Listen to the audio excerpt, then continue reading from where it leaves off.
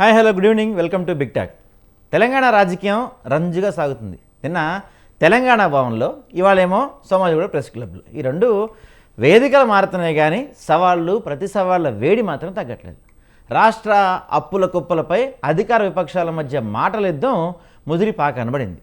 దమ్ముంటే చర్చకు రండి అంటూ నిన్న బీఆర్ఎస్ నేతలు తెలంగాణ భవన్లో కుర్చీ వేసి మరీ సవాల్ విసిరితే, నేను సిద్ధం అంటూ ఇవాళ రాష్ట్ర మంత్రి జూపల్లి కృష్ణారావు గారు సోమాజిగూడ ప్రెస్ క్లబ్లో ఏకంగా 3 కుర్చీలు వేశారు. ఒక కుర్చీకి కేటీఆర్, కేసీఆర్, హరీష్ రావు అని చెప్పి ఆయన ఆ స్టిక్కర్లో పెట్టారు. తాను చెప్పే లెక్కలు తప్పని నిరూపిస్తే రాజీనామాకైనా సిద్ధం అంటూ జూపల్లి సంచలన వ్యాఖ్యలు చేశారు. కానీ ఇక్కడే అసలు ప్రశ్న తలెత్తుతుంది. అటు బీఆర్ఎస్, ఇటు కాంగ్రెస్ ఇరుపక్షాలు చర్చలు సిద్ధమే అంటున్నప్పుడు, ముఖాముఖి కూర్చుంటానికి రెడీ అంటున్నప్పుడు, మరి అసలు అర్థం వస్తుంది ఎవరు అడ్డం పడుతున్నారు వీళ్ళిద్దరికీ? ఏదో సామెత చెప్పినట్టు, నువ్వు కొట్టినట్టు చేయి, నేను ఏడ్చినట్టు చేస్తా అనేది సామెత బాగా గుర్తొస్తుంది. ఇక్కడ నాకు అనిపిస్తుంది ఏంటంటే, ఇద్దరు కలిసి ఒక మంచి హై లెవెల్ డ్రామా ప్లే చేస్తున్నారు బీఆర్ఎస్ కాంగ్రెస్ వాళ్ళు. ప్రజల్ని లేకపోతే కొన్ని అంశాలను డైవర్ట్ చేస్తానికి ఇదంతా జరుగుతుందేమో అనిపిస్తుంది నాకు. ఎందుకంటే అడ్లూరు లక్ష్మణ్ గారు ఈ గిరిజన హాస్టల్స్ గురించి మొదటేమో 600 కోట్లు అని చెప్తారు, తర్వాత ఏమో 1200 కోట్లు అని చెప్తారు. బీఆర్ఎస్లో 2000 కోట్ల స్కామ్ జరిగిందని చెప్తున్నారు. ఎక్కడా పొంతం లేదు. నిన్న జూపల్లి కృష్ణారావు గారు ఫస్ట్ ఏమో గాంధీ భవన్కి వస్తారు, తర్వాత సిఎల్పిలో కూర్చుంటారు. అక్కడ నిన్న రామన్నప్పుడేమో రారు. ఎవరు ఆపారు వాళ్ళని? ఈ పొన్నం ప్రభాకర్, అడ్లు లక్ష్మణ్ వీళ్ళందరూ ఏమో గన్పాక్ దగ్గర ఉండి వాళ్ళు రాలేదు అంటే వాళ్ళని వాళ్ళని అరెస్ట్ చేసింది ఎవరు? హరీష్ రావు గారిని అరెస్ట్ చేసింది ఎవరు? నీ ప్రభుత్వమే కదా. అసలు ఏం జరుగుతుంది తెలంగాణలో? ఈ రచ్చ చర్చ అంతా దేనికి? నిజంగా చర్చకు సిద్ధమైతే కేటీఆర్ గారు, కేసీఆర్ గారు, కేసీఆర్ గారు రారు పెద్ద ఆయన కాబట్టి, కేటీఆర్ గారు, హరీష్ రావు గారు, ఇక్కడ కాంగ్రెస్ నుంచి జూపల్లి గారు, పొన్నం ప్రభాకర్ గారు, అడ్లు లక్ష్మణ్ గారు, రెడీ అంటే చర్చకు సిద్ధం అంటే చెప్పండి. మా ఛానల్ వేదిక ద్వారా మేము ఇక్కడ మీకు 3 డయాస్లు ఏర్పాటు చేస్తాం. చక్కగా ఇక్కడికి వచ్చి మాట్లాడుకోండి. కాసేపు ఏమో ప్రెస్ క్లబ్ అంటారు, కాసేపు ఏమో బీఆర్ఎస్ భవన్కి అంటారు, కాసేపు ఏమో గాంధీ భవన్కి అంటారు, కాసేపు ఏమో గన్ పార్క్ అంటారు, కాసేపు ఏమో అమరవీరుల స్తూపం దగ్గర అంటారు. ఇద్దరు చర్చకు సిద్ధం అంటారు. మరి మిమ్మల్ని ఆపుతుంది ఎవరు అనేది ప్రజలకు అర్థం కావట్లేదు. అసలు ఏం జరుగుతుంది? ఎవరిని ఆపుతున్నారు? ఎవరు తప్పులు చెప్తున్నారు? ఎవరు అప్పులు చెప్తున్నారు? అప్పుల్లో తప్పులేంటి? ఈ అంశాలని కూడా ఈరోజు మనం బిగ్ టాక్లో చర్చిద్దాం. సో ముందుగా దీని గురించి మనతో మాట్లాడడానికి ప్రముఖ విశ్లేషకులు తాటికాల జయరాం గారు ఉన్నారు. జయరాం గారు నమస్తే అండి. నమస్తే. సో జయరాం గారు,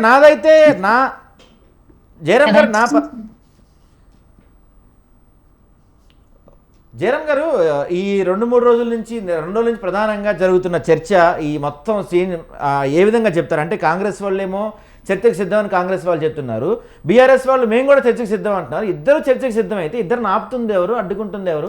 అసలు ఇదంతా ఒక హై డ్రామా అని కొంతమంది జనం కూడా మాట్లాడుతున్నారు. ఏం జరుగుతుంది అంటారు సార్ మీరు? మీకు ప్యానెల్లో ఉన్న మిత్రులకు, స్వతంత్ర న్యూస్ ప్రేక్షకులకు నమస్కారాలు.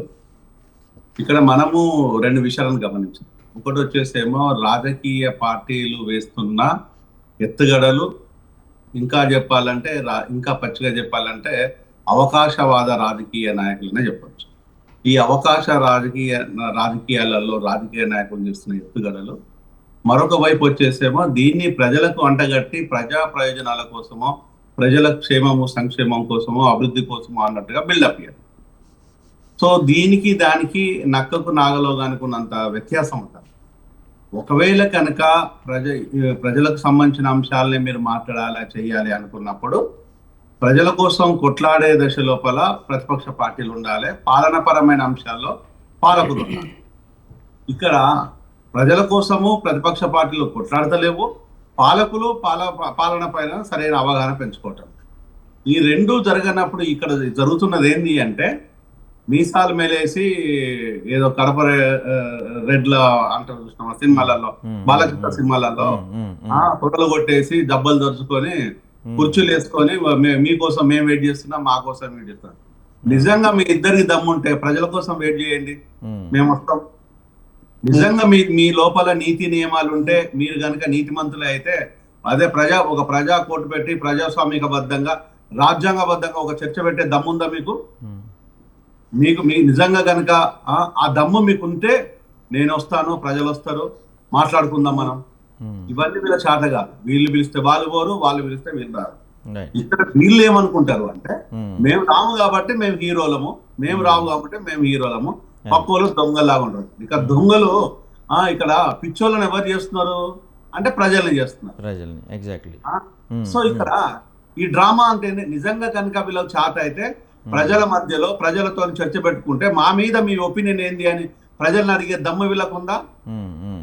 గత ప్రభుత్వం ఏమో ఆ 4 దొంగలు అంటారు, ఇప్పుడేమో ఆలీబాబా చాలించారు, మొత్తం మీద 44 మంది దొంగలు అంటారు. ఈ పార్టీ ఆ పార్టీ చెప్పేదంతా దొంగల గురించే, ఈ పార్టీ ఆ పార్టీ చెప్పేదంతా మోసం గురించి, ఈ పార్టీ ఆ పార్టీ చెప్పేదంతా భూ కబ్జాలు, మోసాలు, చీటింగ్లు, ఇంకా చెప్పాలంటే వెన్నుపోట్లు, అవకాశవాదులు చెప్పుకో మీది. అంటే వీళ్ళను వాళ్ళు, వాళ్ళను వీళ్ళను తిట్టుకోవడం కాదు కదా. మీకు ప్రతిపక్షంగా మీరు చేయాల్సింది ఏంది? ప్రజల పక్షాన ప్రజల ఏది అవసరాలు ఉన్నాయి అనే దాన్ని మాట్లాడాలి. నేను ఒక అంశాన్ని ప్రతిపక్ష పార్టీ చెప్తున్నాను, దీనిపైన నిజంగా కనుక మాట్లాడమని చెప్పండి. ఈ రోజు పాలక పార్టీ ప్రభుత్వం ఏం చేస్తుందంటే టీమ్స్ ఈసీఐ లోపల ఒక్కడిని కూడా పర్మనెంట్ ఉద్యోగం తీసుకోలేదు. ఓన్లీ డిప్యుటేషన్ లోనే తీసుకొచ్చారు, అది కూడా డబ్బులు తీసుకొని వాళ్ళని డిప్యుటేట్ చేశారు. ఇక్కడ లక్షలలో, వేలలో, కోట్లలో డబ్బులు మారిపోయినాయి. దీనిపైన ప్రతిపక్ష పార్టీని మాట్లాడమనం. ఒకటే నిమిషం, 1 minute. దీనిపైన ప్రతిపక్ష పార్టీ మాట్లాడమనం. పాలకులకు ఇంకొకటి, నిజంగా పాలకులకు చిత్తశుద్ధి ఉంటే మీరు ఎవరినైతే దొంగలు అంటున్నారో అరెస్ట్ చేసి, ఇప్పటి వరకు మీకు అరెస్ట్ చేయడం చేత కావట్లేదా? జైల్లో మీకు స్పేస్ లేదన్న చెప్పిందా? మీకు ఎందుకు ఈ డ్రామాలు ఆడుతున్నారు? వీళ్ళంతా ఈ డ్రామాలన్నీ వాళ్ళు కాపాడు కోసం స్క్రీన్ మీద వేసే డ్రామాలు ప్రజలు నమ్మాలనుకోవడం, ఇది ఒక పెద్ద భ్రమ. చెప్పండి. మనతో పాటు ఈ అంశం గురించి మాట్లాడటానికి కాంగ్రెస్ పార్టీ సీనియర్ నాయకురాలు, ఆర్యవైశ్య కార్పొరేషన్ చైర్మన్ కల్వ సుజాత గారు. మేడం నమస్తే అండి. నమస్తే. కానీ వాయిస్ క్లియర్ లేదు, కొంచెం బ్లర్ వస్తుంది, చూడండి. టెక్నికల్ ప్రాబ్లం ఏమన్నా ఉందేమో. నా వాయిస్ క్లియర్ ఉందా మీకు? క్లియర్ గానే ఉంది మేడం. సరే మాట్లాడదాం. సుజాత గారు నమస్తే అండి, వినిపిస్తుందా? ఆడియో క్లియర్ గా ఉందా?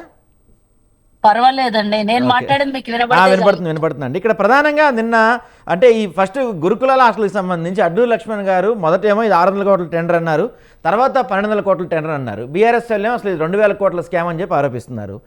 అడ్డూరు లక్ష్మణ్ గారు చెప్పిన 2 సందర్భాలు 2 వేరే ఫిగర్స్ చెప్పారు. తర్వాత జూపల్లి కృష్ణారావు గారు, మంత్రి పొన్నం ప్రభాకర్ గారు, అడ్డూరు లక్ష్మణ్ గారు వీళ్ళంతా నిన్న సమావేశానికి రని చెప్పి నిన్న ఒక ప్లేస్కి చెప్పి రమ్మని చెప్పి సవాల్ విసిరితే అప్పుడు వెళ్లకుండా అప్పుడు అరెస్టులు చేసి ఈ రోజు వచ్చి మాట్లాడుతున్నారు. అసలు రావడానికి మాట్లాడటానికి నైతికత ఎక్కడుంది మీకు అని చెప్పి బీఆర్ఎస్ వాళ్ళు ప్రశ్నిస్తున్నారు మిమ్మల్ని. మీరేం చెప్తారు వాటికి? గుడ్ ఈవినింగ్ అండి. ముందుగా చాలా రోజుల తర్వాత మా అన్నగారు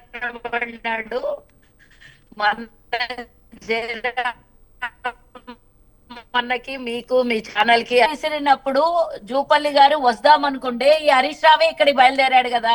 మరి హరీష్ రావు బయలుదేరినాక జూపల్లి గారు ఎట్లా వస్తారు అక్కడ? ఆయన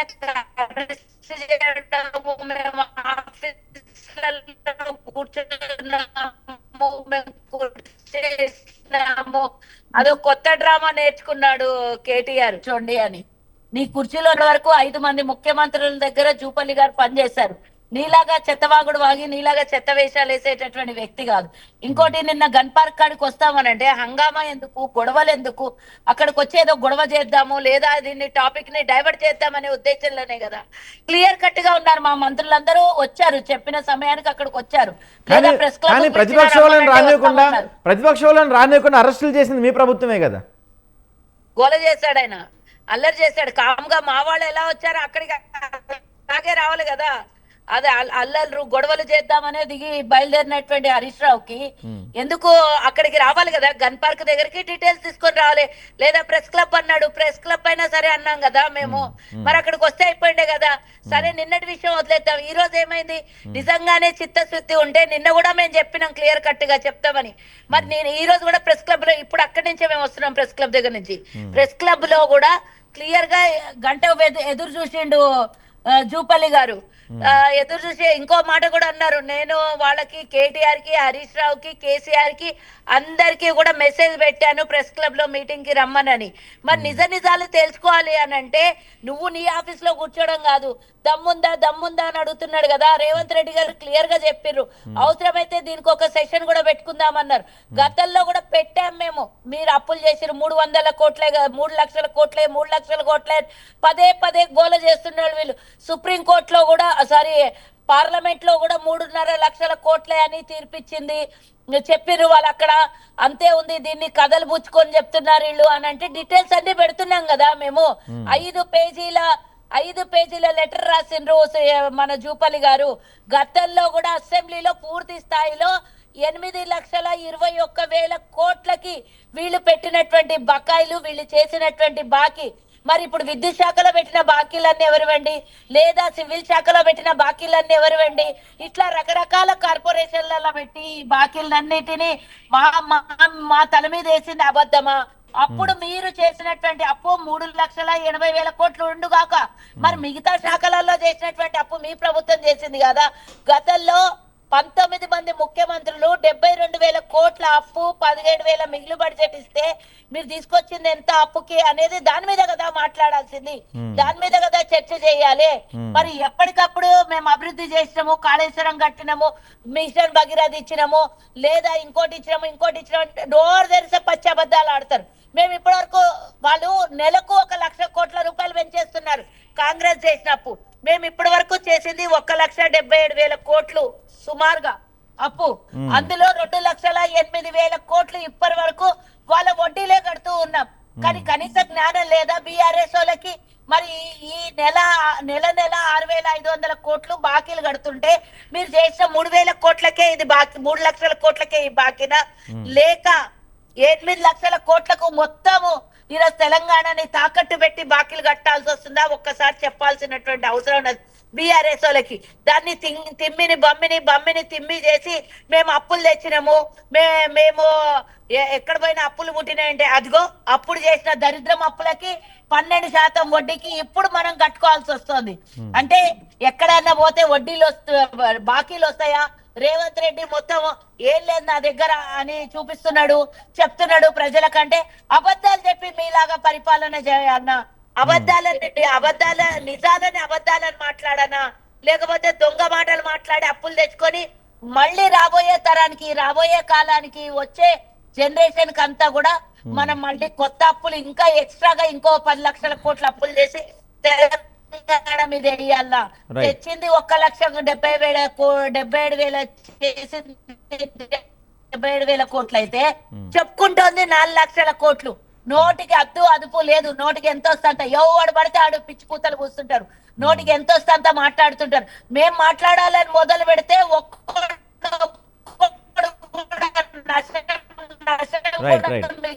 రైట్ ఒక నిమిషం మేడం, సిగ్నల్ ఒక నిమిషం సుజాత గారు, సిగ్నల్ కట్ అవుతుంది మీ దగ్గర. బీఆర్ఎస్ నాయకులు, రాష్ట్ర నాయకులు గౌతమ్ ప్రసాద్ గారు ఉన్నారు. గౌతమ్ ప్రసాద్ గారు నమస్తే అండి. సో సుజాత గారి ఆరోపణలు మీరు విన్నారు. మీరు చేసిన అప్పులు దాదాపు 8.21 లక్షల కోట్లు. మేము మాత్రం ఈ 2.5 సంవత్సరంలో కేవలం 1,70,000 కోట్లు మాత్రమే అప్పు చేసాము. మేమంతా అభివృద్ధి ఖర్చు పెడుతున్నాం, మీలాగా ఆ కార్పొరేషన్ ఈ కార్పొరేషన్ అని చెప్పి అంతా అప్పులు చేసి రాష్ట్రాన్ని ఆగమాగం చేయలేదు. 72,000 కోట్ల మిగులు బడ్జెట్ ప్రారంభమైన మన రాష్ట్రం ఈరోజు మీరు చేసిన బట్టి దాదాపు 8.21 లక్షల కోట్ల అప్పులు ఉంది. మీరు తెచ్చిన అప్పులు కూడా అన్ని కూడా దాదాపుగా 12% రేట్ ఆఫ్ ఇంట్రెస్ట్కి అప్పులు తెచ్చారు. అవి కడతానికే మాకు సగం సరిపోతుంది. మేము చేసి చెప్పుకుంటున్నాం, మీలాగా అన్ని దొంగ లెక్కలు చెప్పట్లేదు అంటున్నాం. దాంతోపాటుగా నిజంగా మీకు దమ్ముంటే ఇది తొడలు కొడతాం కాదు, మీసాలు మెలియటం కాదు, నిజంగా దమ్ముంటే చర్చకి రమ్మంటే ఎందుకు పారిపోతున్నారని అడుగుతున్నారు. ఏం చెప్తారు మీరు? సాయి గారు, మీకు, మన ప్రేక్షకులకు, ప్యానెల్లో ఉన్న మిత్రులకు గుడ్ ఈవినింగ్ అండి. సాయి గారు, అప్పుల మీద కరెక్ట్గా లెక్క తెలిస్తే మాట్లాడాలి, తెలియకపోతే తెలియదని చెప్పి ఉండాలి. తెలియకుండా మాట్లాడితే తప్పైపోతారనే సంగతి నిన్న చాలా క్లియర్గా అర్థమైనప్పటికీ కూడా కింద పడ్డా మాదే పై చేయని చెప్పేసి మాట్లాడితే అది కుదరదు. జనాలు చూస్తున్నారు, కోట్లాది మంది జనాలు, తెలంగాణ ప్రజలు చూస్తున్నారు. సరే, నేనేమంటున్నానంటే బీఆర్ఎస్ పార్టీ ఏం మాట్లాడుతుంది, కాంగ్రెస్ పార్టీ ఏం మాట్లాడుతుంది, లేకపోతే ఇంకో పార్టీ ఏం మాట్లాడుతుంది అనే అంశాలు పక్కన పెడదాం. నేనేమంటున్నానంటే ఇంటెలెక్చువల్స్గా ఉన్నవాళ్ళు, ఈ రాష్ట్రానికి మంచి కోరేవాళ్ళు, ఈ మంచి కోరేవాళ్ళు ఇంటెలెక్చువల్స్ రూపంలో ఉన్నవాళ్ళు ఈ తెలంగాణ సమాజానికి బాధ్యతగా ఏం జరిగింది, ఏం జరుగుతుంది, ఏం జరగబోతుంది అని చెప్పాలి బాధ్యతగా. కానీ వాళ్ళు కూడా కాంగ్రెస్ పార్టీ కాండుగా కప్పుకున్నట్టుగా మాట్లాడితే కష్టమైపోతుంది. నిజంగా విద్యావంతులకు, ఎనలిస్టులకు లెక్క తెలిస్తే చెప్పమనాలి, నిలదీయమనాలి. ఇద్దరిని కలపొద్దు. ఒక తప్పు ఒక ఒప్పు అని మాట్లాడుకుంటున్నప్పుడు ఎవరిది తప్పు ఎవరిది ఒప్పు అని క్లియర్గా మాట్లాడాలి.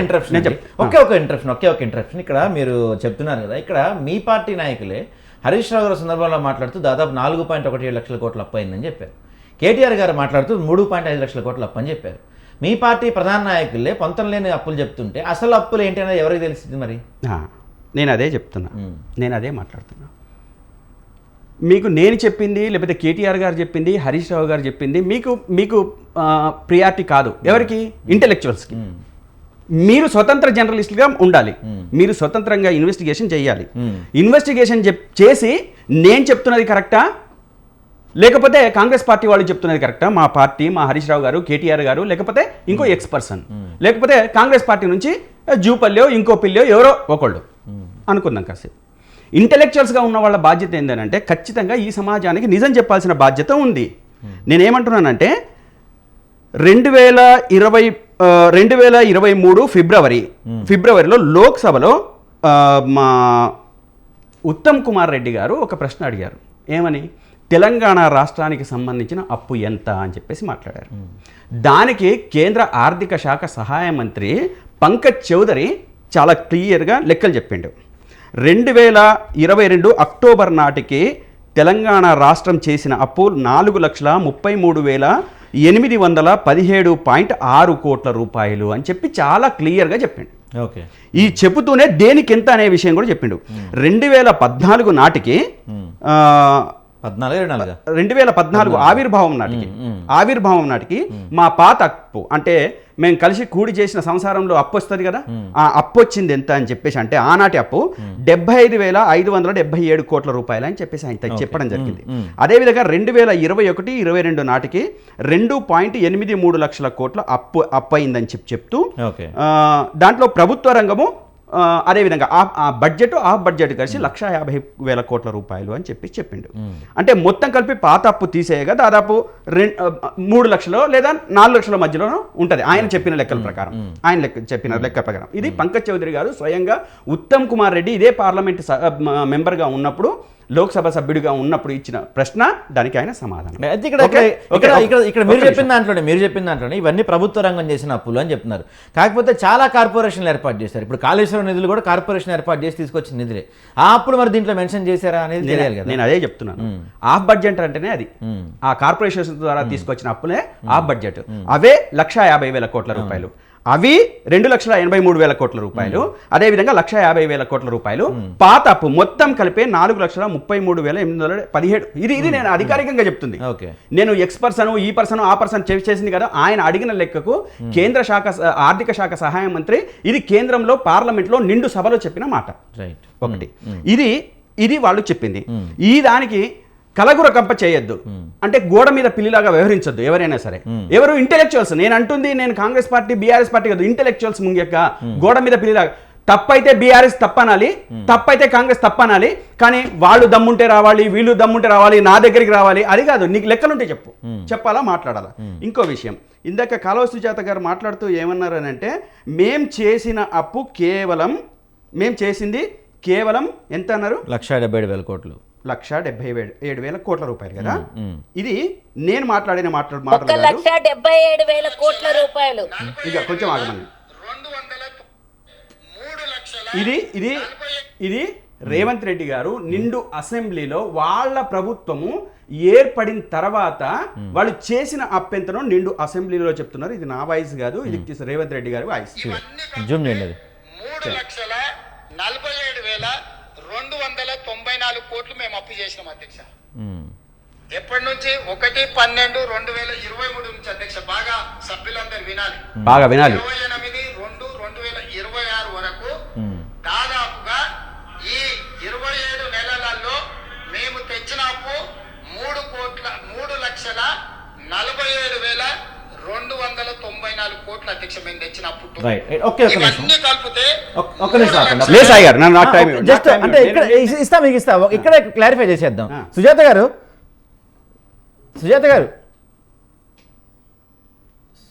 వినిపిస్తుందా అండి? సుజాత గారు చిన్న టెక్నికల్ ఇష్యూ ఉంది, మీరు కంటిన్యూ చేయండి. సరే సాయి గారు, ఇది 3,47,294 కోట్ల రూపాయలు మా ప్రభుత్వం ఏర్పడిన కాడి నుంచి గత అసెంబ్లీలో తను స్వయంగా ముఖ్యమంత్రి గారు ప్రకటించిన ఫిగర్. అవును. మేము కేంద్రం చెప్పిన దాని ప్రకారం పాత అప్పులతోని కలుపుకుంటే 4 లక్షల చిల్లర అని చెప్పేసి ఇందాక నేను చెప్పాను. ఇప్పుడు దీంట్లో ఇంటెలెక్చువల్స్గా ఉన్న వాళ్ళు ఏం చేయాలి? మేము చెప్తున్న లెక్క ఇది స్వయంగా అసెంబ్లీలో ప్రకటించిన సంఖ్య ఎవరు? రేవంత్ రెడ్డి గారు. ఇది కేంద్రంలో ప్రకటించిన అప్పు సంఖ్య కేంద్ర ప్రభుత్వం. ఇంకా మేము దీంట్లో అదనంగా చేసిన అప్పేంది, అదేవిధంగా దాంట్లో మూసిపెట్టింది దాచిపెట్టిందండి. ఒకవేళ మీరు బహిరంగ చర్చకే అని అంటే ఎవరు బహిరంగ చర్చకు సవాలు విసిరింది? ఇందాక మీరు ఇంట్రోలో కూడా చెప్పారు, మేము చర్చకు సవాలు విసరలేదు, అవునవును, కాంగ్రెస్ పార్టీ సవాల్ విసిరింది.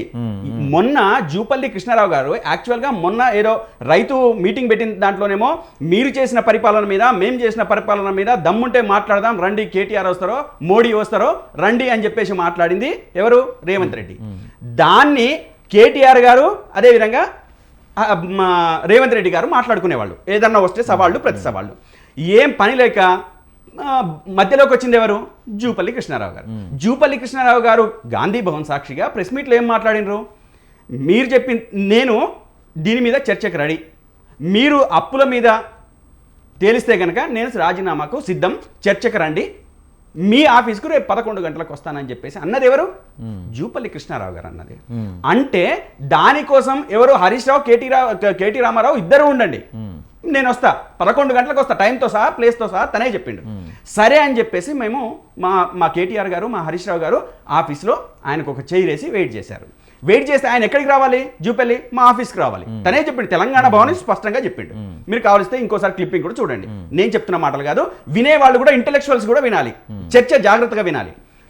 అయితే ఆయన అన్న తర్వాత మా వాళ్ళు ఏం చేశారు? సీట్లు వేసుకొని కూర్చోబెట్టారు కదా, కూర్చోబెడితే ఆయన ఏం చేయాలి? తెలంగాణ భవన్కి రావాలి. తెలంగాణ భవన్కి రాకపోగా అయ్యా నేను తెలంగాణ భవన్కి రాను, మీరు గన్పార్ దగ్గరికి అని చెప్పారు, మీరు దమ్ముంటే అక్కడికి రండి అని అన్నారు. మా వాళ్ళు ఏం చేశారు? నేను ఇక్కడ వెయిట్ చేస్తా, మా కేటీఆర్ గారు అన్నారు ఏంటంటే నేను ఇక్కడ వెయిట్ చేస్తా, వాళ్ళు గన్ పార్క్ రమ్మన్నారు కదా, గన్ పార్క్ వెళ్ళమని చెప్తే హరీష్ రావు గారు గన్ పార్క్ పోయినారు. ఇప్పుడు ఏం చేయాలి ప్రభుత్వం? మీరే కదా సవాళ్ళు విసిరింది, మేము సవాలు స్వీకరించి మేము చర్చకు వస్తున్నాం. చర్చకు వస్తున్నప్పుడు ప్రభుత్వం ఏం చేయాలి? మా హరీష్ రావు గారితో పాటు ఇంకో 10 మందినో 5 మీరు అలౌ చేసి ఒక వెహికల్ ఎక్కించి గన్ పార్క్ దగ్గర తీసుకెళ్లి 10 చైర్లు వేసేసి కూర్చోబెట్టి చర్చ దమ్ముంటే చర్చ చేయాలి. దమ్ముంటే ఆ చర్చకు నిలబడాలి. నిలబడకపోగా మా హరీష్ రావు గారిని అరెస్ట్ చేశారు. మా హరీష్ రావు గారిని అరెస్ట్ చేసిన తర్వాత జరిగింది ఏంది? కంచన్బాగ్ పోలీస్ స్టేషన్ తీసుకుపోయారు. కంచన్బాగ్ పోలీస్ స్టేషన్ తీసుకుపోయిన సంగతి ప్రభుత్వానికి తెలుసు కదా, అరెస్ట్ చేసింది ప్రభుత్వమే కదా. ప్రభుత్వమే అరెస్ట్ చేసినప్పుడు అక్కడ కూడా ఒక చైర్ వేసి హానరబుల్ మినిస్టర్ జూపల్లి కృష్ణారావు గారు మేము ఇక్కడ ఉన్నాం రండి అని చెప్పేసి మేము మళ్ళీ అక్కడ ఒక చైర్ వేసినాం. వాళ్ళకి దమ్ము ధైర్యం ఉంటే అక్కడ వచ్చి మాట్లాడాలా చర్చల మీద. అట్లా కాకుండా పారిపోయి ఇంకో దగ్గర పెట్టి నేను ఇక్కడ కాకపోతే అక్కడ, అక్కడ కాకపోతే ఇక్కడ ప్లేస్లు మార్చమన్నది ఎవరు? టైం మార్చమన్నది ఎవరు? సవాలు విసరమన్నది ఎవరు? ప్రసాద్ గారు జస్ట్ ఒక్క నిమిషం. సుజాత గారు ఇక్కడ 2 క్వశ్చన్స్ అడుగుతున్నారు బీఆర్ఎస్ వాళ్ళు. మొదటి క్వశ్చన్ ఏంటంటే, మీరు చెప్పారు మీరు వచ్చిన 2.5 సంవత్సరాల్లో 27 నెలల్లో దాదాపు మీరు చేసిన అప్పు 1,75,000 కోట్లు అని చెప్తున్నారు. కానీ ఆన్ ద రికార్డు స్వయంగా సీఎం గారే అసెంబ్లీ సాక్షిగా చెప్పిన లెక్క దాదాపు 3,47,294 కోట్ల రూపాయలు అప్పైందని ఆన్ రికార్డ్ ముఖ్యమంత్రి గారు చెప్పింది ఉంది. ఫస్ట్ దానికి ఏం సమాధానం చెప్తారు మీరు?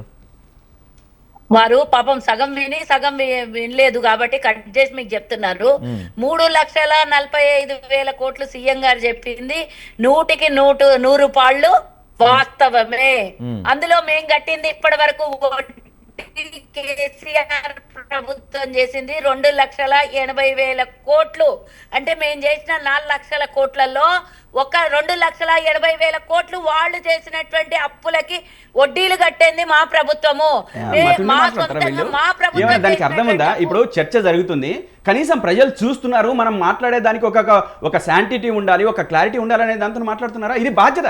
నేను వ్యక్తిగతం కాదు, సుజాత గారి వ్యక్తిగతం కాదు, నా వ్యక్తిగతం కాదు, జయరాం గారి వ్యక్తిగతం కాదు, తెలంగాణ రాష్ట్ర ప్రజల 5 కోట్ల ప్రజలకు మనం జవాబుదారీతనం. మీరు ఇష్టం వచ్చినట్టు మాట్లాడితే ఎట్లా అండి? మరి మీరు మనము ఏం మనం అడిగారో ఇష్టం వచ్చినట్టు నేను మాట్లాడుతూ చెప్తున్నాను. మధ్యలో ఎందుకు disturb చేస్తున్నారు? నాకు మీరు అర్థం ఏం కావట్లేదు. మాట్లాడుతున్నారండి? మీరు ఏం మాట్లాడుతున్నారు చెప్పండి. మీరు అదే మాట్లాడుతున్నారా? మీరేమన్నా మాట్లాడుతున్నాను? కరెక్ట్గా స్వయంగా మాట్లాడుతున్నాను. ముఖ్యమంత్రి గారు మాట్లాడింది మేం చేసింది. మీరు అధికారంలోకి వచ్చిన దగ్గర నుంచి మేము చేసినప్పుడు 3,47,294 కోట్లని మీరు ఇంకోసారి వినండి. మీరు ఇంకోసారి వినండి కావాల్సి మీకు వినిపించాలా? మా ముఖ్యమంత్రి ఏం మాట్లాడిండు? మాట్లాడితే ఇంకా 1,50,000 కోట్ల రూపాయలు అని ఎట్లా చెప్తారు మీరు? మీరు ఎట్లా చెప్తారు? ఒక్క నిమిషం ప్రసాద్ గారు, ఒక్క నిమిషం ప్రసాద్ ఉండాలి గారు, కొంచెమన్నా, ఇక్కడే ఉండాలి మెదడు. ప్రసాద్ గారు ఒక్క నిమిషం ఈ చెప్పండి. గోల చేయడానికి కూర్చున్నామా మనము? నా టర్మ్ లో మీరు మాట్లాడడం ఏంటి? మీరు ఒక్క నిమిషం ప్రసాద్ మీరు గారు, తెలంగాణ ప్రజలకు అబద్ధం చెప్పారు. ఎవరు టర్మైంది? మీరు నిజాలు చెప్పండి. మీరు నిజాలు చెప్పండి, మేము అంగీకరిస్తాం. రైట్ ఒక్క నిమిషం ఆగండి, మీరు చెప్పండి. అబద్ధాలు చెప్తే మీరు ఏమన్నారు? చెప్పే ఛాన్స్ ఇవ్వట్లా ప్రసాద్ గారు, ఒక్క నిమిషం ఆగండి. సుజాత గారు చెప్పండి, మీరు చెప్పండి. వారిని మధ్యలో డిస్టర్బ్ చేస్తే నేను మాట్లాడాను. చెప్పండి, మీరు చెప్పండి. మొత్తం విన్న తర్వాత వాళ్ళు టెన్యూర్ వచ్చినప్పుడు మాట్లాడమనండి. రైట్, మీరు వాళ్ళు చెప్పండి. పదే 4 లక్షలు ఆగండి. పదే 4 లక్షల కోట్ల అప్పు చేసింది కాంగ్రెస్ ప్రభుత్వం. ఏం చేసింది అని లెక్కలు అడిగినప్పుడు మేము లెక్కలు చెప్పొద్దా? వీళ్ళు చేసిన అప్పులకన్నిటికి వడ్డీలు కట్టి దాచిపెట్టాలా? తెలంగాణ ప్రజల సొమ్ము కాదా? తెలంగాణ ప్రజల మీద నెత్తి మీద ఏలేదా మీరు చేసిన అప్పులు? మళ్ళీ మేము కట్టి దానికి 2,70,000 కోట్లు ఇప్పటి వరకు మీ వడ్డీలు కట్టినాం. ఎవడప్ప జాగిరని తెలంగాణ ప్రజల మీద మోపి మళ్ళీ దబాయిస్తున్నారు. పైగా చెప్పడానికి చేత కాదు. 3,50,000 కోట్లు చేసినాం. 3,50,000 ఒక్క శాఖలోనే 3,50,000 మిగతా శాఖలలో ఇచ్చినాయి. పార్లమెంట్ అన్ని శాఖలే అడగలేదు. ఒక్కటే మీరు తీసినటువంటి అప్పు, డైరెక్ట్ అప్పు చెప్పారు. మిగతా అప్పులు చెప్పలేదు. మీరు సివిల్ శాఖలో చేసిన అప్పు చెప్పలేదు. వివిధ బిల్లులు పెండింగ్ పెట్టినటువంటివి చెప్పలేదు. కాంట్రాక్టర్లకి బాకీలు పెట్టినవి చెప్పలేదు. ఎవరెవరికి జీతాలు బాకీ పెట్టిరో చెప్పలేదు. ఇవన్నీ కలిపితే తెలంగాణ ప్రజలకు మీరు పెట్టినటువంటి బాకీ 8,21,000 కోట్లు అక్షరాలు అని మేము చెప్తుంటే 4 లక్షల కోట్లు ఏం చేసిర్రు? మీరు వచ్చిన 2.5 సంవత్సరాలలోనే 4 లక్షల కోట్లు అప్పు చేసినాడు. ఎవడు పెట్టమన్నాడు? తెలంగాణ అభివృద్ధిలో నుంచి తీసుకొని మేము ఇచ్చింది ఎంత మీకు? మీరు కాదు, మేము కాదు. తెలంగాణ ఏర్పడిన కన్నా ముందు తెలంగాణలో మీ కొత్త రాష్ట్రం వచ్చినప్పుడు ఆరాటి 19 మంది ముఖ్యమంత్రులు పరిపాలించగా చేసినటువంటి అప్పు 72,000 కోట్లు. అందులోనే నాగార్జున సాగర్ కట్టిర్రు, అందులోనే శ్రీశైలం ప్రాజెక్టులు కట్టిర్రు, అందులోనే తెలంగాణలో ఐఐటీలు కట్టిర్రు, అందులోనే హెచ్ఎంటీలు కట్టిర్రు, అందులోనే బిహెచ్ఏలు కట్టిర్రు, అందులోనే తెలంగాణ అభివృద్ధి జరిగింది, అందులోనే అన్ని విధాల అప్పులు జరిగినాయి, అందులోనే మెట్రో లైన్లు వచ్చినాయి, అందులోనే అన్ని వచ్చినాయి కదా. 69,000 కోట్లు 72,000 కోట్ల అప్పులు అయితే దేశం మీద, రాష్ట్రం మీద. మరి మీరు వచ్చి ఏం చేసిర్రు? మిషన్ భగీరథ, మిషన్ కాకతీయ, కాళేశ్వరం, ఈ మూడింటికి 8.5 లక్షల కోట్ల అప్పు అయింది. ఎందుకు చేసిర్రు మీరు అప్పు ఇంతగానం? ఏం అభివృద్ధి చేసిర్రు? తెలంగాణలో ఔటర్ రింగ్ రోడ్ అమ్ముకున్నారు. మేము ఔటర్ రింగ్ రోడ్ వేస్తే మీరు అమ్ముకున్నారు 8,000-9,000 కోట్లకి. అది 30,000 కోట్లు రావాల్సినటువంటిది. అయినా అమ్ముకోవడానికి మీకేం అవసరం? 1,000 కోట్ల ఆదాయం తెచ్చిపెట్టే ORR ని అమ్ముకునే హక్కు మీకు ఎవడిచ్చాడు? 30 ఏళ్లకు అమ్మేసుకుంటారా? ఎవరు జాగిరాని అమ్మేసుకున్నారు? ఇవన్నిటికీ లెక్కలు అడిగితే తెలంగాణ ప్రజల మీద, ప్రభుత్వాల మీద ఏడవడం మీ పని. ఇది అసలు సంగతి రానియద్దు బయటికి. మీరు చేసిన అప్పులు రాను. పదే 4 లక్షల కోట్ల అప్పు అంటారు. మీ అప్పులకు కట్టిన వడ్డీ ఎంత చెప్పాలి కదా. రైట్ ఒక్క నిమిషం సుజాత గారు, ఒక్క నిమిషం అండి. సుజాత గారు ఒక్క నిమిషం, మీరు కూడా ఒక్క నిమిషం అండి. జయరామ్ గారు అంటే ఇక్కడ సుజాత గారేమో కాంగ్రెస్ పార్టీ లెక్కలు చెప్తున్నారు, బీఆర్ఎస్ వాళ్ళేమో వాళ్ళ లెక్కలు చెప్తున్నారు. మీరు చెప్పండి సార్. ప్రభుత్వం లెక్క చెప్పారు. ప్రభుత్వం లెక్కలు చెప్పలేదు. కాంగ్రెస్ పార్టీ లెక్కలు కాదు, బీఆర్ఎస్ పార్టీ చేసిన ఏది ఒక ఎగ్జామ్ ఒక అధికారిక లెక్క చూపెట్టమనండి. మేము చూపిస్తాం, అధికార లెక్క చూపిస్తున్నాము. అధికారిక లెక్క రేవంత్ రెడ్డి గారు మాట్లాడింది. అధికారిక లెక్క కేంద్రంలో పార్లమెంట్ లో నిండు సభలో పంకజ్ చౌదరి గారు ఉత్తమ్ కుమార్ రెడ్డి గారు అడిగిన ప్రశ్నకి ఇచ్చిన సమాధానము. మీకు దమ్ముంటే, మీకు ధైర్యం ఉంటే మీరు చెప్పండి. కాకి లెక్కలు చెప్పొద్దండి, కాకి లెక్కలు చెప్పొద్దండి. మీరు కాకి లెక్కలు చెప్పొద్దు. మీరు కాకి లెక్కలు చెప్పొద్దు. మీకు ఏముంది? ఏ సోర్స్ ప్రకారం మాట్లాడుతున్నారు మీరు? సోర్స్ చూపిస్తారు. ఏ సోర్స్ ఉంది? సోర్స్ చూపిస్తారంట. అబద్ధాలు మాట్లాడడం, అబద్ధాలు, పచ్చి అబద్ధాలు. ఏ లెక్కల ప్రకారం మీకు ఏం సోర్స్ ఉందో చెప్పండి. చెప్తారు. ఒక్క నిమిషం. ఏ సోర్స్ ప్రకారం చెప్తున్నారు? మీ ఫోన్ తీయండి, కొట్టండి. నేను ఇప్పుడు మీరు రేవంత్ రెడ్డి గారు మాట్లాడిందే కదా 3 లక్షల. మా ప్రభుత్వం డేట్ తో సహా చెప్పిండు. వాళ్ళు అధికారంలోకి ఎప్పుడైతే వచ్చిండ్రో అప్పటి నుంచి వాళ్ళు ఇప్పుడు వాళ్ళ కొట్లాట కొంచెం కంట్రోల్ చేస్తే ఒక్క నిమిషం మేము మాట్లాడతాం. జయరాం గారు మీరు చెప్పండి. జయరాం గారు మీరు చెప్పండి. జయరాం గారు నిజంగా అసలు తెలంగాణ అప్పు ఎంత, అది కాంగ్రెస్ పార్టీ editing వచ్చాక ఎంత వచ్చింది అప్పు అయింది, అంతకుముందు ఎంత అప్పు ఉంది, మీరు చెప్పండి సార్. జయరాం గారు యా చెప్పండి సార్. మళ్ళొకసారి రిపీట్ చేయండి. అంటే ఇప్పుడు కాంగ్రెస్ పార్టీ వాళ్ళు చెప్తున్నారు మేము వచ్చిన తర్వాత ఆయన అప్పులో సగం గత ప్రభుత్వం చేసిన అప్పులకి మిత్తి కడతానికే సరిపోయింది కాంగ్రెస్ పార్టీ వాళ్ళు జయరామన్న చెప్తున్నారు. మీరు మాట్లాడక ముందు నేను ఒక్కసారి డీటెయిల్ చెప్తా, దాన్ని బట్టి మీరు వాళ్ళకి చెప్పండి. అన్ని పెండింగ్ బిల్లులలో చేసిన అప్పు విలువ 1,09,000 కోట్ల రూపాయలు. అన్ని తెలంగాణలో అన్ని బాకీలు పెట్టిపోయినటువంటి బిల్లులు, ఇంకా నాన్ గ్యారంటీ లోన్స్ కింద బాకీలు పెట్టిపోయినాయి 40,000 కోట్ల రూపాయలు. ఇంకా అట్లా అన్ని గ్యారంటీల కింద ఒకటి 95,000 కోట్లు, ఒకటి 1,27,000 కోట్లు, ఒకటి 40,000 కోట్లు, ఒకటి 1,99,000 కోట్లు. వీళ్ళు పార్లమెంట్ లో చెప్పుకున్న కథ, పార్లమెంట్ లో వినబడిన కథ. అది దేని కింద? ఎఫ్ఆర్బిఎం లోన్స్ 3,89,673 కోట్లు. వీళ్ళు చేసినటువంటి అప్పులు మిగతా శాఖలు అయితే చెప్పరు, కేవలం పార్లమెంట్ లో మాట్లాడే చెప్తారు. ఇప్పుడు దీని మీద చెప్పండి అన్న. రైట్, ఒక్క నిమిషం. జయరాం గారు మీరు క్లారిటీ ఇవ్వండి. అంటే ఎఫ్ఆర్బిఎం పరిమితులు దాటి కూడా అప్పులు తెచ్చారు. మేము ఇప్పుడు మేము కట్టిన 4 లక్షల కోట్ల అప్పు ఏదైతే ఉందో అది దాంట్లో సగం ఇంట్రెస్ట్లకే పోయిందని చెప్తున్నారు. బీఆర్ఎస్ వాళ్ళేమో అసలు మేము చేసింది సగం కాదు, 2,80,000 కోట్లు. అదే ఒక్క నిమిషం. బీఆర్ఎస్ వాళ్ళేమో అసలు మేము చేసింది పార్లమెంట్ సాక్షిగా మంత్రి చెప్పింది ఆధారం ఉంది, మేము చేసింది అప్పు 3.5 లక్షల కోట్లే అని చెప్తున్నారు. మీరు చెప్పండి సార్. యాక్చువల్గా ఏం జరిగిందంటే గత ప్రభుత్వం లోపల అప్పులు తెచ్చింది వాస్తవం, అప్పులు తీసుకురావడానికి దారులు వెతికింది. అంటే అప్పులు ఎఫ్ఆర్పిఎం పరిధిలోంచి తీసుకురావాలనుకుంటే వీళ్ళకి ఇంత పెద్ద మొత్తాన అప్పులు పుట్టవు. దాన్ని ఏం చేసారంటే వీళ్ళు తెలివిగా కార్పొరేషన్స్ ని క్రియేట్ చేశారు.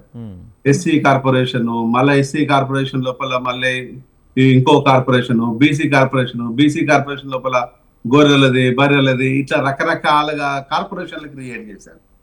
ఆ క్రియేట్ చేసి వాటిపైన అప్పులు తీసుకురావడానికి ట్రై చేసి సక్సెస్ అయ్యారు.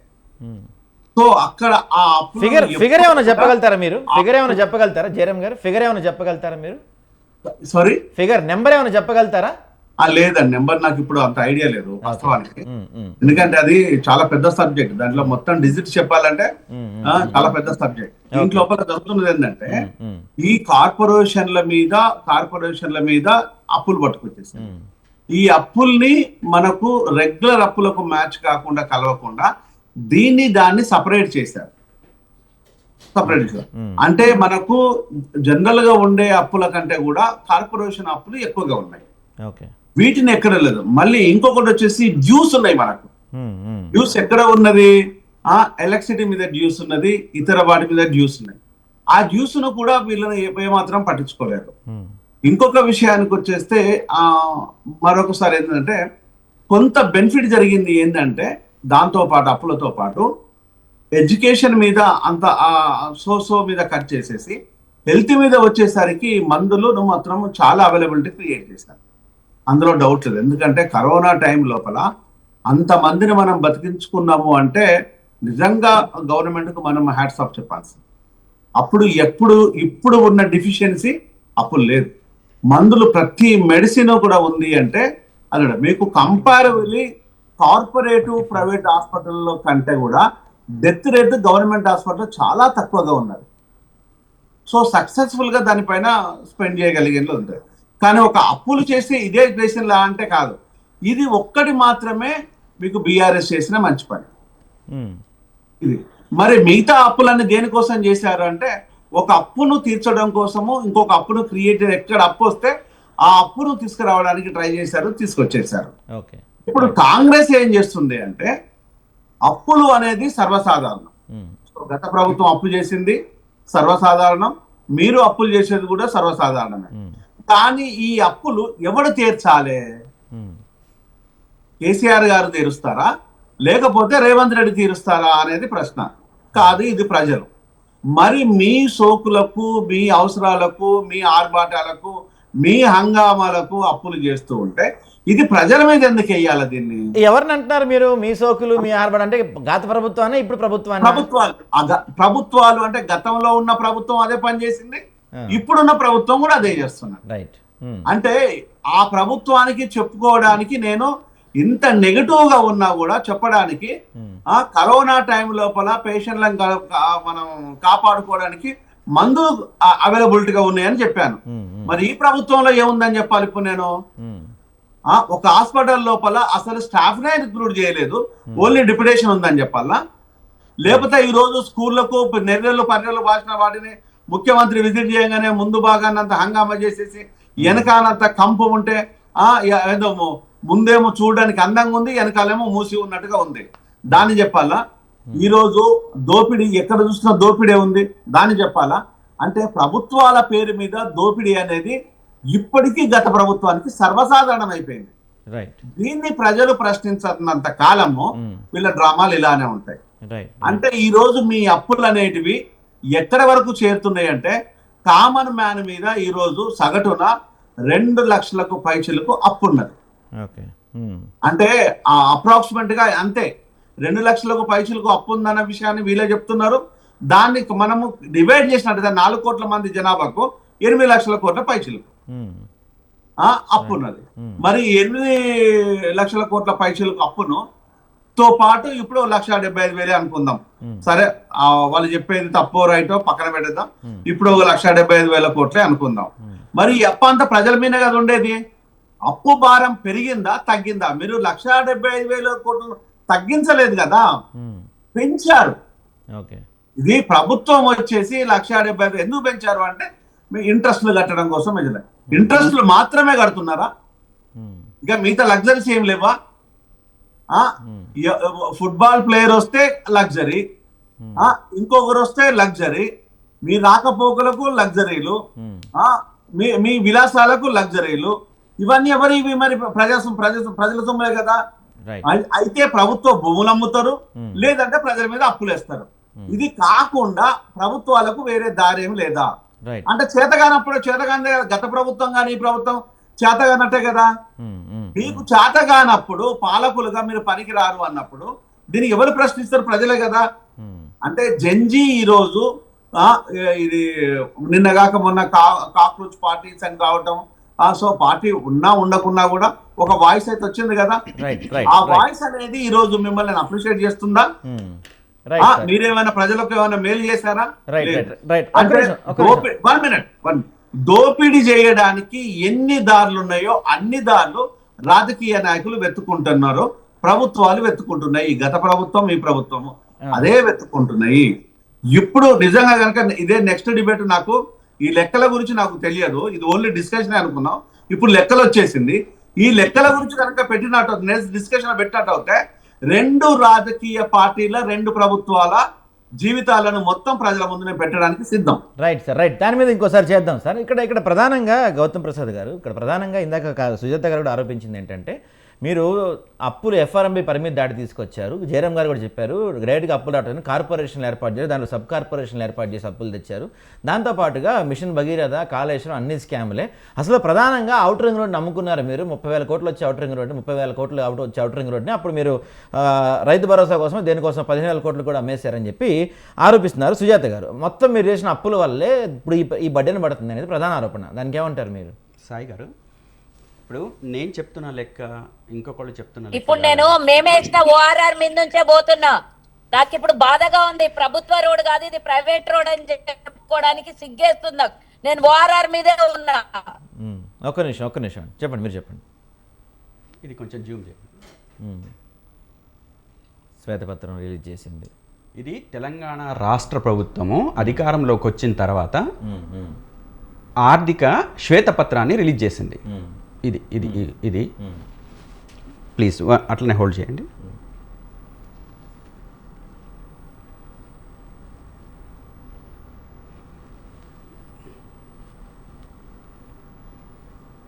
పేజ్ నంబర్ 13 దీంట్లో, పేజ్ నంబర్ 13 ఇదే వాళ్ళు చేసిన దాంట్లో పేజ్ నంబర్ 13 కింద ఉంది చూడండి number, page number 13. Page number 13లో ఈ పేజీలో 1, 2, 3 మూడో పేరాలో గత తెలంగాణ రాష్ట్రం ఏర్పడే సమయానికి ఉన్న అప్పు కేవలం 72,658 కోట్లు 14లో మన ప్రభుత్వం వచ్చిన తర్వాత. అది 2023-24 ఆర్థిక సంవత్సరంలో రాష్ట్ర రుణం 3,89,000. ఇది పర్సనల్ లెక్కలు కావు సార్, వాళ్ళ అధికారికంగా ఇచ్చిన లెక్కలు చెప్తున్నా. 2023-2024 ఆర్థిక సంవత్సరంలో రాష్ట్ర రుణం 3,89,678 కోట్లకు 73 కోట్లకు చేరింది. ఓకే. ఇది నేను శ్వేతపత్రం రిలీజ్ చేయలేదు, అధికారికంగా ప్రభుత్వం చేసింది. రైట్. 2014లో వచ్చిన 72,000 కోట్ల రూపాయల అప్పు మేం చేసింది 2023 నాటికి 3,89,673 కోట్లు. దాంట్లో నుంచి 72,658 కోట్ల రూపాయలు తీసేస్తే మేము చేసిన అప్పు వాళ్ళ లెక్కల్లోనే ఉంది, మేము చేసింది కాదు, మేము చెప్పింది కాదు. సాయి గారు ఒక్క నిమిషం. ఈ లెక్కల మీద ఇంత సీరియస్గా మాట్లాడిన ఒక మెడికల్ విషయమే అని చెప్పేసి జయరాం గారు అన్నారు కదా. 3,47,000 కోట్ల రూపాయలు అని స్వయంగా ముఖ్యమంత్రి గారు చెప్పారు కదా. మీరు ఆ మాటలు ఎందుకు ప్రయారిటీ తీసుకోలేదు? నేను 1,75,000 తీసుకుంటాను, 1,50,000 తీసుకుంటాను, ఎట్లా తీసుకుంటారు మీరు? స్వయంగా ముఖ్యమంత్రి మాట్లాడిన సంఖ్యను తీసుకొని మీరు మాట్లాడాలి. 3,47,294 కోట్ల రూపాయలు కదా. ఈ కోట్ల రూపాయల క్వశ్చన్ చేయకుండా మేము గతంలో చేసిన దాని మీద మాట్లాడుతున్నారు. ఓఆర్ఆర్ని అమ్మనమని చెప్పేసి మాట్లాడుతున్నారు కదా. ఏ లెక్క ప్రకారం చెప్తారు, ఏం మాట్లాడతారు? కొంచెం బుద్ధి బుర్ర ఉన్నవాళ్ళు మాట్లాడే మాటలేనా? ఏదన్నా మాట్లాడితే మేము చేసింది కేంద్ర ప్రభుత్వం క్లియర్గా చెప్పింది, ఆఫ్ బడ్జెట్ కిందనే 1,50,000. అంటే వీళ్ళు ఏదైతే కార్పొరేషన్లు కావచ్చు మిగతా కావచ్చు ఏర్పాట్లు చేసినాయని చెప్పిన అవి 1,50,000 కోట్ల రూపాయలు. అంతకుముందు 2 లక్షలు, అంటే మొత్తం 2,80,000 కోట్లు. అవి మొత్తం కలిపితే 4,43,000 కోట్ల రూపాయలు అని చెప్పేసి కేంద్రం చెప్పింది. ఓకే. దాంట్లో మేము చేసిన అప్పు డైరెక్ట్ అప్పు ఒక రకంగా, అదేవిధంగా కార్పొరేషన్ల ద్వారా చేసింది ఒక రకంగా అని క్లియర్గా లెక్కలు చెప్పి మొత్తం ఎంతనో అని చెప్పేసి పంకజ్ చౌదరి గారు చెప్పినారు, నేను చెప్పింది కాదు. సరే వాళ్ళు చెప్పింది ఇది చెప్పింది కాదు, ఈ పత్రం మీరే కదా తీసింది. మీకు కావాల్సిన PDF పంపిస్తాను, మీరు చూడండి. అదే జయరాం గారికి పంపిస్తాను చూడండి, మీకు పంపిస్తాను చూడండి. సమాజం చూడని 13వ నంబరు పేజీ ఆర్థికంగా వాళ్ళు శ్వేతపత్రం రిలీజ్ చేసిన బుక్ అది. నేను అబద్ధం చెప్పినా మీరు తర్వాత లెక్క చేసి నన్ను నిలదీయండి. అబద్ధాలు చెప్పడానికి కూడా ఒక అంతు పొంతు ఉండాలి, ఒక లెక్క ఉండాలి. మీరు అధికారంలో రావడం కోసం ఇష్టం వచ్చినట్టు మాట్లాడినరు, ఇష్టం వచ్చిన అబద్ధాలు చెప్పినరు, ఇష్టం వచ్చిన ఒట్లేసినరు, ఇష్టం వచ్చిన రకంగా ప్రజల్ని మోసం చేసి అధికారంలోకి వచ్చినారు, అయిపోయింది. ఇప్పుడు మీకు కావాల్సింది ఏంది? పరిపాలన కావాలి. ఈ పరిపాలన ప్రజల కోసం కావాలి. ఈ ప్రజల కోసం కావాల్సిన పరిపాలనని మీకోసము మీరు దోచుకోవడం కోసము మీరు ఈరోజు 3,47,294 కోట్ల రూపాయలు తెస్తే ఒక బ్రిడ్జి కట్టినరా, ఒక ఫ్లైఓవర్ కట్టినరా, ఒక తట్టెడు మట్టి తీసినరా, ఒక కాంక్రీట్ కలిపినరా, ఏదన్నా ఒక నిర్మాణానికి మీరు పునాది వేసిన సందర్భం ఉందా? లేదా ఈరోజు మీ జయరాం సార్ చెప్పినట్టు మెడికల్ అంతా కూడా ఈరోజు పడుకోబెట్టినరు. మొత్తం పేషెంట్స్ అంతా కూడా పేద బడుగు బలహీనలు బక్క చిక్కిన వాళ్ళు ఈరోజు పేషెంట్లకు మందులు లేని పరిస్థితి. మేము బస్తీ దవాఖానాల ద్వారా మేము టిమ్స్లని కట్టినాం, మేము అనేక రకాల అభివృద్ధి చేసినాం. మీరు చూడండి ఇప్పటికే టీమ్స్లను ఇప్పుడు కంప్లీట్ అవుతున్నాయి. మాకెక్కడ పోరొస్తుందో అని చెప్పేసి సనత్ నగర్ టీమ్స్ని ఓపెన్ చేయకుండా ఉంచుతున్నాడు ముఖ్యమంత్రి గారు. మేము 46 ఫ్లైఓవర్లు కట్టినాము, 33 మెడికల్ కాలేజీలు తెచ్చినాము, బస్తీ దవాఖానాలు కట్టినాము, నాలాల విస్తరణ. మీరు ఎనీథింగ్ తెలంగాణ 2014 కంటే ముందు ఎట్లా ఉంది, ఈ రోజు ఎట్లా ఉందని చెప్పేసి మీరు కనీసం కొంచెమన్నా ఆలోచన చేయగలగాలి, విద్యావంతులుగా ఆలోచన చేయాలి. మేము చేసిన తప్పులు మీరు అడగండి, మేము ఏదైనా తప్పులు చేస్తే అడగండి. కానీ అక్కడ జరిగిన అభివృద్ధి కూడా కాళేశ్వరం ద్వారా నిండు సభలో పార్లమెంట్లో 90 లక్షల ఎకరాలకు నీళ్లు ఇచ్చింది కాళేశ్వరం అని చెప్పేసి అదే పార్లమెంటు నిండు సభలో 2026 జనవరి 29 నేను డేట్తో సహా చెప్తున్నా, మీరు చెక్ చేసుకోండి. 29 జనవరి 2026 నాడు నిండు పార్లమెంట్లో ఇదే కేంద్రం ప్రభుత్వం 90 లక్షల ఎకరాలకు నీళ్లు ఇచ్చింది కాళేశ్వరం అని ప్రకటించింది. నేను ప్రతి మాటకు కట్టుబడి ఉన్నా. మీరు ఎక్కడ కట్టుబడి ఉన్నారు చెప్పండి. ఒక ఎకరాలకు నీళ్లు వీళ్ళ అబద్ధాలు నేను చెప్పేదినండి. వీళ్ళ సవాళ్లు చెప్పడము, సవాళ్లు వేయటము, పారిపోవడము, సవాళ్లు విసరడము, పారిపోవడము, కాలికి బుద్ధి చెప్పడం వీళ్ళకి కొత్త కాదు, వీళ్ళ ముఖ్యమంత్రికి కొత్త కాదు, వీళ్ళకు కొత్త కాదు. వీళ్ళు నిజంగా లెక్కల ప్రకారమే మాట్లాడేది ఉంటే వీళ్ళు లెక్కలతోనే మాట్లాడమనండి, వాళ్ళ పత్రాలతోనే మాట్లాడమని. కానీ బట్టగాల్చి మీరేసి అప్పుల మీద ఇష్టం వచ్చినట్టు సుజాత గారు ఒక్క నిమిషం అండి. సుజాత గారు ప్రసాద్ గారు చెప్తున్నారు మేము అప్పు చేసాం కరెక్టే, కానీ అప్పు చేసిన దాంట్లో మేము దాదాపు 42 ఫ్లైఓవర్లు కట్టాము, కొన్ని వందల కిలోమీటర్ల రోడ్లు వేసాము, అనేక అభివృద్ధి పనులు చేసాము, నూతన సచివాలయం కట్టాము, అమరవీరుల స్తూపం కట్టాం, ఒక అంబేద్కర్ స్టాచ్యూ కట్టాం, అనేకమైన లెక్కలైన అభివృద్ధి పనులు చేశాం కాబట్టి అంత తప్పైంది. మరి మీరు చెప్తున్న దాని ప్రకారమే తీసుకుంటే మీరు చెప్పిన అప్పులో మీరు 200 సంవత్సరాల్లో అసలు ఏం అభివృద్ధి చేశారు? ఒక చిన్న కన్స్ట్రక్షన్ మీరు కొత్తది స్టార్ట్ చేశారా? ఏమీ చేయకుండా అంత తప్పు అయితే మేము ఎంతో చేసాం అంత తప్పైందని చెప్తున్నారు. ఏం చెప్తారు మీరు దానికి? ఏం చేశారండి? ఏం చేశారు వాళ్ళ అభివృద్ధి? ఒకసారి మళ్ళొకసారి రిపీట్ ప్లీజ్. మీరు చెప్పండి. 42 రోడ్లు వేసారా? 100 కిలోమీటర్ల రోడ్లు వేసారా? పొద్దలు ఎత్తులు పల్లాలు మేము చెప్పమన్నదే ఆగండి, కొంచెం చెప్పేదాకా ఆగండి. ఎందుకు మీరు విషయాలు అర్థం కాకుండా ఎందుకు పైకి ముందుకు పోతారు? అడిగారు కదా క్వశ్చన్, కొంచెం ఆగండి. 42 ఫ్లైఓవర్లు కట్టినాం, బయోడైవర్సిటీని కట్టినాం, 14 కిలోమీటర్ల సోలార్ గచ్చిబౌలిలో సోలార్ వేసినాము. అది వినండి. అరే వినే ఓపిక లేకపోతే ఎట్లా అమ్మా? మీకు వినే ఓపిక లేకపోతే ఎట్లా? మా 600 కోట్ల రూపాయలు పెట్టి సచివాలయం కట్టినాం, పక్కనే 125 అడుగుల అంబేద్కర్ విగ్రహం కట్టినాం, ముందే అమరవీరుల స్తూపం కట్టినాము.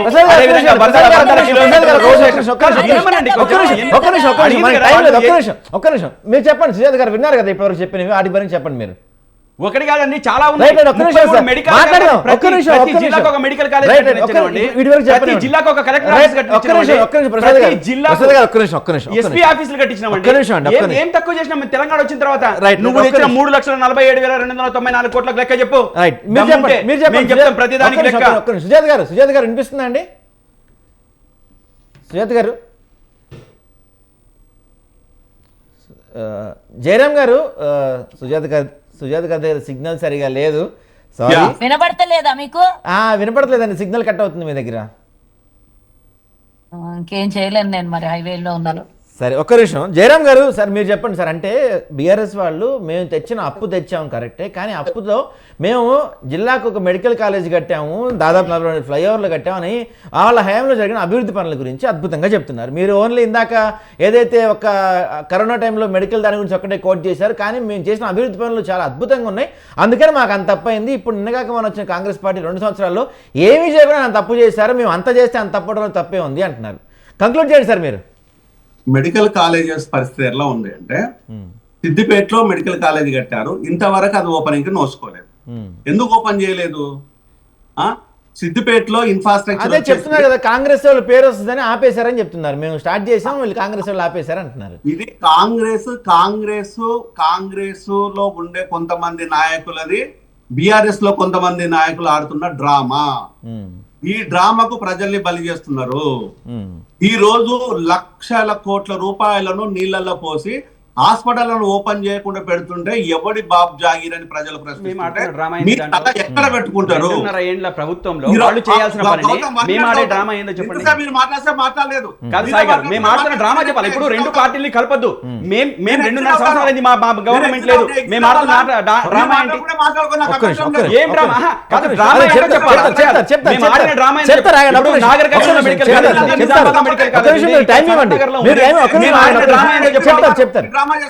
3,47,000 కోట్ల రూపాయలకు లెక్కలు అడగాల్సిన ఒక విద్యావంతుడు ఇప్పటికీ అడగట్లేదు. ఎందుకు అడగట్లేదు? 3,47,000 మీరు చెప్పండి సార్. జయరాం గారు, ఇది గౌతము, ఇది పద్ధతి కాదు. మాట్లాడించినప్పుడు జయరామన్న మీరు కాంగ్రెస్ పట్ల ఒక రకంగా, బీఆర్ఎస్ పట్ల ఇంకో రకంగా మాట్లాడుతున్నారు. మీరిద్దరు మాట్లాడేటప్పుడు మధ్యలో జయరామన్న మీరు కాంగ్రెస్ పట్ల ఒక రకంగా, బీఆర్ఎస్ పట్ల ఒక రకంగా మాట్లాడుతున్నారు. మేము 8 లక్షల కోట్ల రూపాయలు అప్పు చేసినామా చెప్పండి? మేము 8 లక్షల కోట్ల అప్పులు చేసినామా? మరి చెప్పండి సార్, మీరు చెప్పండి సార్. ఇక్కడ నేను చెప్పేది పూర్తిగా విను. ఇప్పుడు దామోదర్ రాజనరసింహ హెల్త్ మినిస్టర్ గా ఉన్నాడు, అప్పుడు వచ్చేసేమో హరీష్ రావు హెల్త్ మినిస్టర్ గా ఉన్నారు. మరి ఇద్దరి పుణ్యమా అంటూ ఈ రోజు మెడికల్ కాలేజీలు ఎందుకు మూతపడ్డవి? వాటిని ఎందుకు ఫంక్షనింగ్ చేయటం లేదు? ఎందుకు ఇంతవరకు డాక్టర్లను అపాయింట్ చేయటం లేదు? ఇంతవరకు అక్కడ ఈ రోజు మంచిగా చెప్తాం. కరోనా టైం లోపల ప్రజలను బతికించాలని చెప్తున్నాం. దానికి నిజంగా కూడా నేను I'm very thankful for the government for that sake of the time. కానీ దాని వెనకాల జరుగుతున్న ఒక విషయాన్ని వెలుగులోకి వచ్చినప్పుడు తీసుకురామా? ఏ మంచి అయినా మంచే, చెడు అది రేవంత్ రెడ్డి చేసినా, కేసీఆర్ చేసినా, హరీష్ రావు చేసినా, రాజ్నాథ్ సింహ చేసినా మంచిని మంచిగా చెప్తాం. మరి ఇప్పటి వరకు మీరు నిజంగా ప్రజల కోసం పనిచేసినట్టు అయితే కాంగ్రెస్ లో జరుగుతున్న అవినీతిని ఎందుకు ఎండగట్టలేకపోతున్నారు? ప్రతిరోజు చెప్తున్నాం. ఒక్క నిమిషం ఆగండి. కాదు జయరాం గారు చర్చ అది కాదు. జయరాం గారు ఒక్క నిమిషం. జయరాం రియాక్ట్ గా నువ్వే మాట్లాడు. మాట్లాడడం అయిపోయినాక రియాక్ట్ గా నేను చెప్తున్నా కదా కాంగ్రెస్ గురించి. దాని గురించి ఎందుకు మాట్లాడతలేరు అంటే ఇక్కడ ఒకరి స్కిన్ ను ఒకరు కాపాడుకుంటున్నారు. ఇక్కడ వాళ్ళ స్కిన్ ను వీళ్ళు, వీళ్ళ స్కిన్ ను వాళ్ళు కాపాడుకుంటున్నారు తప్ప ప్రజల కోసము ఈ రెండు పార్టీల, రెండు ప్రభుత్వాల వల్ల జీరో. ప్రజల అభివృద్ధి, ఈ రోజు రాష్ట్ర అభివృద్ధి జీరో. ఇంత దయానీయ పరిస్థితి తీసుకొచ్చేసింది బీఆర్ఎస్, కాంగ్రెస్. ఇంత దుర్మార్గ పాలన మాత్రము ఉన్నది కాంగ్రెస్, బీఆర్ఎస్. రేపు బీజేపీ ఇక్కడ పుంజుకోమంటే ఎందుకు పుంజుకోదు? బీజేపీ రమ్మంటే ఎందుకు రాదు? పవన్ కళ్యాణ్ లాంటి వాళ్ళు వచ్చి రమ్మంటే ఎందుకు రారు? రేపు ఇదే ఆంధ్ర నుంచి తెలుగుదేశం పార్టీ రమ్మంటే ఎందుకు రాదు? మీ చేతగానితనమే కదా, మీ అసమర్థత పాలనే కదా, మీ అవకాశవాదమే కదా, మీ దోపిడే కదా వాళ్ళు రావడానికి గల కారణం. ఈ రోజు ఇతరులు మనల్ని చూస్తున్నారు, ప్రశ్నిస్తున్నారంటే మన చక్కదనం సక్రంగా లేదు కదా. దాన్ని సరిదిద్దామని నేను పదే చెప్తున్నాను. దాన్ని సమస్యను పరిష్కరించమని చెప్తున్నాను. ఇంతవరకు ఈ రోజు కనుక అవినీతి లేకుండా ఏ డిపార్ట్మెంట్ అని ఉన్నదా కాంగ్రెస్ లో? ఏ ట్రాన్స్ఫర్ కావాలన్నా కూడా అన్నమో రామచంద్ర మొత్తుకున్న వాళ్ళకి పైసలు ఇస్తేనే ట్రాన్స్ఫర్ అని ఈరోజు ఉద్యోగులు మొత్తుకుంటున్నారు. ఈరోజు పర్మనెంట్ ఉద్యోగాలు లేవు. ప్రతి దానికి డెప్యుటేషన్స్. సిటీ నుంచి మీరు ఊరవతలు ఎందుకు పడేయాలి? మళ్ళీ పైసలు తీసుకొని డెప్యుటేషన్ కోసం ఎందుకు రావాలి? డబ్బుల కోసమే కదా. ఈరోజు నేను కాంగ్రెస్ పక్కాలతో పుచ్చుకున్నానా, బీఆర్ఎస్ పక్కాలతో పుచ్చుకున్నానా? ఈరోజు కాంగ్రెస్, బీఆర్ఎస్ గురించి గత 12 సంవత్సరాలుగా కొట్లాడుతున్నాను. నేను ఒక డాక్టర్ని, నేను డబ్బులు పెట్టుకోగలను, గెలవగలను, అసెంబ్లీకి రాగలను. అలాంటి జీవితం వద్దనేది నేను అనుకున్నాను. కానీ ఇట్లాంటి రాజకీయాలు చూసిన తర్వాత అంటే ఈరోజు ప్రజాస్వామికమైన పాలన కాదు, ప్రజల నుంచి వచ్చే నాయకుడు కాదు, పైసల నుంచి వచ్చే నాయకుడు మాత్రమే కావాలని చెప్తున్నది ఈరోజు కొన్ని పార్టీలు, ముఖ్యంగా అధికార పార్టీలు, అహంకారంతో ఉన్న పార్టీలు. ఈ రోజు రేవంత్ రెడ్డికి అహంకారం వచ్చినట్టే ఆ రోజు కేసీఆర్ కి అహంకారం ఉన్నది. ఆ రోజు కేసీఆర్ కి అహంకారం ఉన్నట్టే ఈ రోజు రేవంత్ రెడ్డికి ఉన్నది. ఆ రోజు కులము కుటుంబము అవినీతి, ఈ రోజు కులము కుటుంబము అవినీతి. ఏం తేడా ఉంది? రైట్ సార్ జయరాం గారు రైట్ అండి. మొత్తానికి అయితే జయరాం గారు చెప్తున్న ప్రకారం అంటే కాంగ్రెస్ వాళ్ళు దాదాపుగా మేము చేసిన అప్పు ఒక లెక్క చెప్తుంటే బీఆర్ఎస్ వాళ్ళు ఏమో లెక్కలతో సహా చూపిస్తున్నారు. సో ఈ అప్పులు మేము సవాల్ విసిరింది మేము కాదు, సవాల్ విసిరింది వాళ్ళే, పారిపోయింది వాళ్ళే అని బీఆర్ఎస్ వాళ్ళు అంటే అసలు ఇప్పుడు రాష్ట్రానికి ఈ పరిస్థితి రావడానికి కారణం అని కాంగ్రెస్ వాళ్ళు అంటారు. కానీ జయరాం గారు లాంటి వాళ్ళు కొంతమంది ఇంటెలెక్చువల్స్ కానీ ఎందుకు చెప్తుంది ఏంటంటే గత ప్రభుత్వం ఏవైతే తప్పులు చేసిందో ఇప్పుడు ప్రభుత్వం కూడా అదే తప్పులు చేస్తుంది, వీళ్ళకి తేడా ఏం లేదు, వాళ్ళు వదిలేసిన చెప్పులు వేసుకొని వెళ్తున్నారు తప్ప రెండు సేమ్ నడుస్తున్నాయని చెప్పి జయరాం గారు చెప్తున్నారు. సో మొత్తానికైతే ఇది తెలంగాణలో ఉన్న ఆస్తులు అప్పుల పంచాయతీ. ఇది వాళ్ళు బిగ్ టాక్లో అంశాలు. బిగ్ టాక్లో మళ్ళీ కలుద్దాం. కీప్ వాచింగ్ స్వతంత్ర టీవీ. Thank you.